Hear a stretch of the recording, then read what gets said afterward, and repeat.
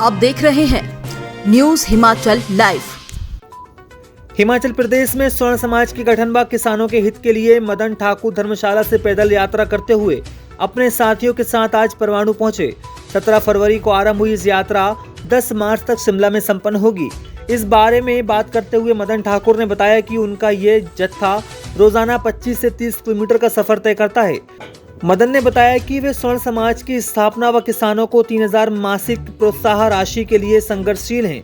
साथ ही उन्होंने सरकार द्वारा स्कूलों में जनरल कैटेगरी के बच्चों को वर्दी न देने पर सरकार को घेरा है। उन्होंने कहा कि समानता की बात करने वाली सरकार बच्चों में भी असमानता का भाव पैदा कर उन्हें जातिवाद व आरक्षण जैसे नर्क में झोंकना चाहती है।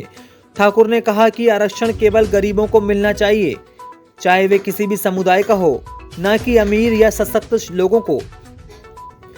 इसके साथ ही 2 हिस्से में बटे स्वर्ण समाज पर सवाल करने पर उन्होंने कहा कि वोट बटोरने के लिए लोग राजनीतिक पार्टियां बनाते हैं, परंतु स्वर्ण समाज संगठन एक गैर राजनीतिक संगठन है। उन्होंने कहा कि हमारा संगठन किसी भी राजनीतिक पार्टी से संबंधित नहीं है, न ही हम राजनीति में शामिल होंगे। हमारा संगठन सभी वर्गों व गरीब लोगों की आवाज को बुलंद करेगा। स्वर्ण समाज के हक के लिए लड़ाई भी जारी रहेगी।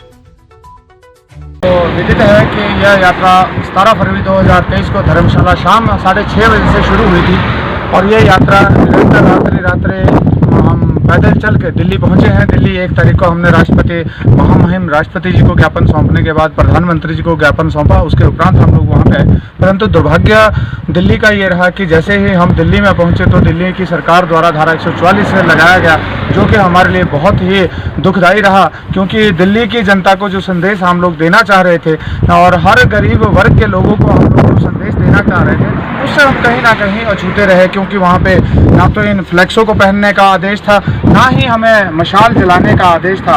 तो वो हमारे लिए थोड़ा दुखदायी समय रहा।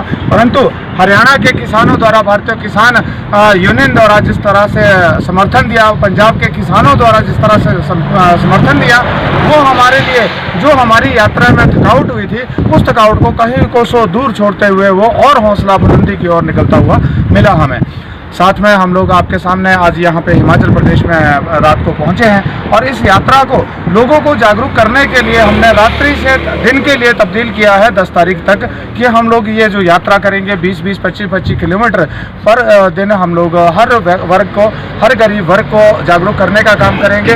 हमारी ये नस्ल और फसल बचाने की जो लड़ाई है वो हम लोग आगे लड़ते रहेंगे, क्योंकि हमारे जो मुद्दे हैं वो आर्थिक आधार पे आरक्षण, योग्यता के आधार पे नौकरी, समानता का अधिकार और किसान परिवार को 3000 प्रति माह जो मासिक वेतन या पेंशन देने के लिए हम लोग मांग कर रहे हैं, वो पूरी जब तक नहीं होती तब तक ये आंदोलन रुकने वाला नहीं है। अभी हम प्रदेश सरकार से निवेदन करेंगे, हाथ जोड़ के निवेदन करेंगे, हम लोग 10 तारीख को पहुँचेंगे कि वो जल्द से जल्द स्वर्ण आयोग का भी गठन करे और उसे एक्ट के रूप में लागू करे। साथ ही मैं प्रदेश सरकार से निवेदन करूंगा कि दो दिन पहले जो उन्होंने आदेश एक पारित किया है, जो उन्होंने तुगलकी फरमान जो उन्होंने पारित किया है, जो उन्होंने एक समाज को बांटने वाली परिभाषा को सामने रखते हुए जो आदेश दिया है, उसे वो वापस ले लें।